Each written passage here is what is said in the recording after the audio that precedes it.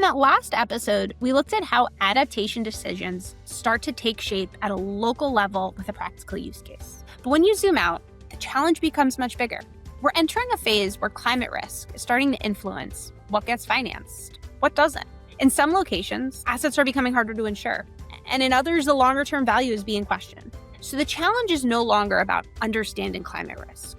It's now about deciding what is still worth investing in and, frankly, what isn't. For example, for cities and public authorities, the question is often, where do we start? Which flood mitigation project do we fund first? And how do we justify that choice when trade-offs are public and funding is constrained? For real estate owners, do we invest in protecting an asset?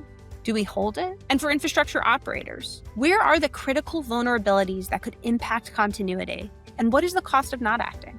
These are not theoretical questions anymore. They're happening now in capital planning, in portfolio strategy, and in boardroom discussions. And that's exactly the gap we're trying to close. The Arcadis and Jupiter collaboration brings together two different capabilities. Jupiter provides detailed climate hazard modeling, understanding how risks like flooding, heat, or storms may evolve over time. Arcadis brings engineering, infrastructure, and resilience expertise, understanding how assets behave and how they can be protected or adapted. When you combine these two perspectives, you can start answering a different question. Not just where is the risk, but what should we do about it? And that's where the PRICE framework comes in. PRICE is essentially our structured way to move from data to decisions. It's supported by tools and platforms through the use of Climate Risk Nexus and the Adaptation Hub, which allow us to model, compare, and quantify options in a consistent way. Using the framework, we can, first, pinpoint the drivers of loss, whether that's economic,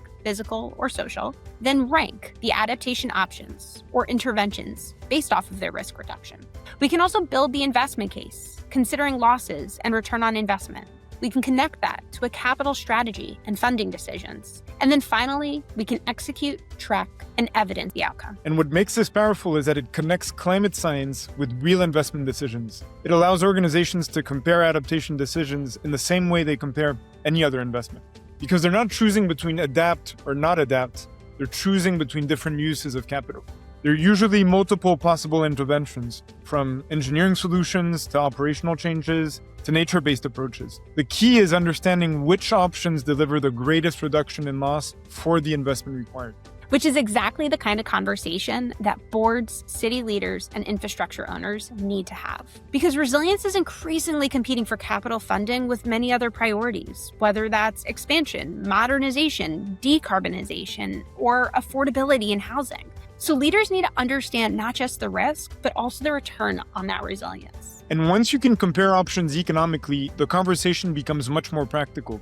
You can identify where adaptation already makes financial sense, where it needs policy support, and where it might be phased over time. And that ultimately changes the conversation. It goes from how do we respond to risk to where should we invest and where shouldn't we? Where adaptation can make cities and assets more investable, where it delivers the greatest return, and where alternative strategies, including mitigation or even repositioning, may be the better choice. Because resilience isn't about doing everything, but it's about making disciplined, evidence-based investment decisions in an increasingly uncertain climate future.